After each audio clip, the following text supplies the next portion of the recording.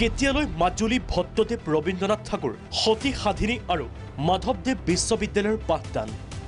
12Bৰ স্বীকৃতিৰ বাবে এতিয়াও জনোৱা নাই আবেদন প্ৰাৰম্ভিক পৰ্যায়তে আছে আন্তঃগাঁথনিৰ কাম আমাৰ যিকিখন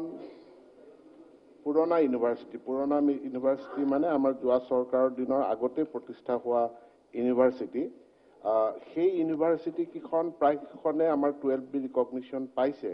আৰু যিকিখন এতিয়ালৈকে আমি 12B ৰিকগনিশ্যন পাবৰ কাৰণে প্ৰকৃতাৰ্থত ইউনিভাৰ্চিটি কিখন সম্পূৰ্ণৰূপে কাৰ্যক্ষম হোৱাই নাই গতিকে আমি আবেদন কৰাই নাই আৰু সেইকিখন ইউনিভাৰ্চিটি হৈছে আমাৰ ভট্টদেৱ ইউনিভাৰ্চিটি মাধৱদেৱ university Rabindranath Tagore university Majuli university of culture আৰু বীৰাংগনা সতী সাধনী ইউনিভাৰ্চিটি গোলাঘাট অসম বিধানসভাৰ বৃহস্পতিবাৰৰ প্ৰশ্নোত্তৰ শিতানৰ বিধায়ক মনোৰঞ্জন তালুকদাৰৰ এক প্ৰশ্নৰ উত্তৰত এই তথ্য দাঙি ধৰে মন্ত্ৰী ৰণোজ পেগুৱে মন্ত্ৰী পেগুৱে লগতে কয় বিশ্ববিদ্যালয় কেইখন চৰকাৰে দিয়া 50 কোটি অনুদানেৰে প্ৰস্তুতি চলিছে আন্তঃগাঁথনিৰ পদ সৃষ্টি হৈছে যদিও সম্পূৰ্ণ হোৱা নাই নিযুক্তি প্ৰক্ৰিয়া এতিয়ালৈ গঠন হোৱা নাই একাডেমিক কাউন্সিল এই ইউনিভাৰ্চিটিখনলৈ তাৰ আন্তঃগাঁথনি নিৰ্মাণৰ কাৰণে ইতিমধ্যে অসম চৰকাৰে 50 কোটিকৈ টকা আমাৰ যোৱা পূৰ্ণাংগ বাজেট অধিৱেশনৰ সময়তে মাননীয় মুখ্যমন্ত্ৰী ঘোষণা কৰিছিল আৰু বাজেটত সেইখিনি পইচা ৰিফ্লেক্টো হৈছে আৰু ইতিমধ্যে ইয়াৰ মাটি আবণ্টনৰ কাম প্ৰায় সম্পূৰ্ণ হোৱাৰ পথত আৰু পিডব্লিউডি বিভাগে ইয়াৰ ডিপিআৰ প্ৰস্তুত কৰি আছে এই প্ৰসংগতে শিৱসাগৰৰ ৰাজীৱ গান্ধী কোঅপাৰেটিভ মেনেজমেণ্ট বিশ্ববিদ্যালয় সমবায় বিভাগৰ পৰা শিক্ষা বিভাগৰ অধীনলৈ অনা হ'ব বুলিও সদনত কয় শিক্ষামন্ত্ৰীগৰাকীয়ে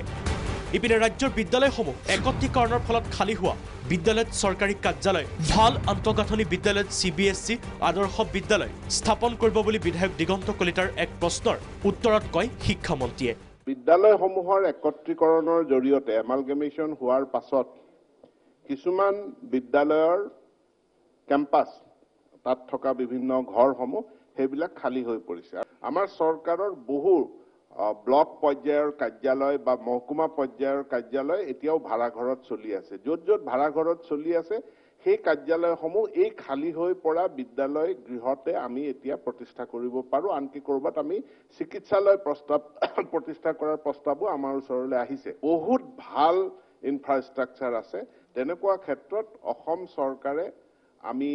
যি আদৰ্শ বিদ্যালয় প্ৰতিষ্ঠা কৰাৰ সিদ্ধান্ত গ্ৰহণ কৰিছো CBSEৰ অধীনত ইংৰাজী মাধ্যমৰ আৰু যিবিলাক এতিয়া বহু সমষ্টিত বহু জিলাত আৰম্ভ হ'ল এতিয়া চৰকাৰে সিদ্ধান্ত গ্ৰহণ কৰিছে যে অসমৰ 126টা বিধানসভা সমষ্টিৰ প্ৰত্যেকটো সমষ্টিতে একোখনকৈ আদৰ্শ বিদ্যালয় CBSE কোৰ্চৰ অধীনত প্ৰতিষ্ঠা চৰকাৰখনে কৰিব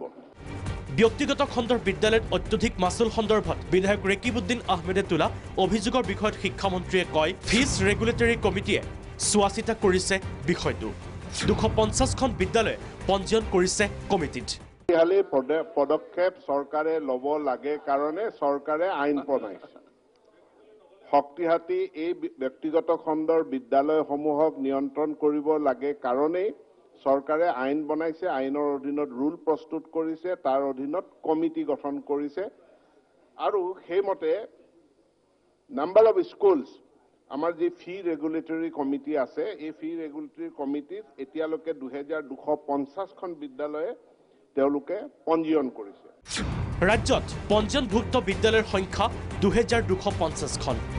নিৰ্ধাৰিত মাচুল লোৱা 1708খন বিদ্যালয়ে ৰেহাই দিয়া বুলি সদনত মন্ত্ৰী পেগুৱে উল্লেখ কৰিছে ভিডিঅ' জাৰ্নেলিষ্ট পংকজৰ সৈতে জুনজ্যোতি দত্ত বৰা ৰিপৰ্ট প্ৰাগ নিউজ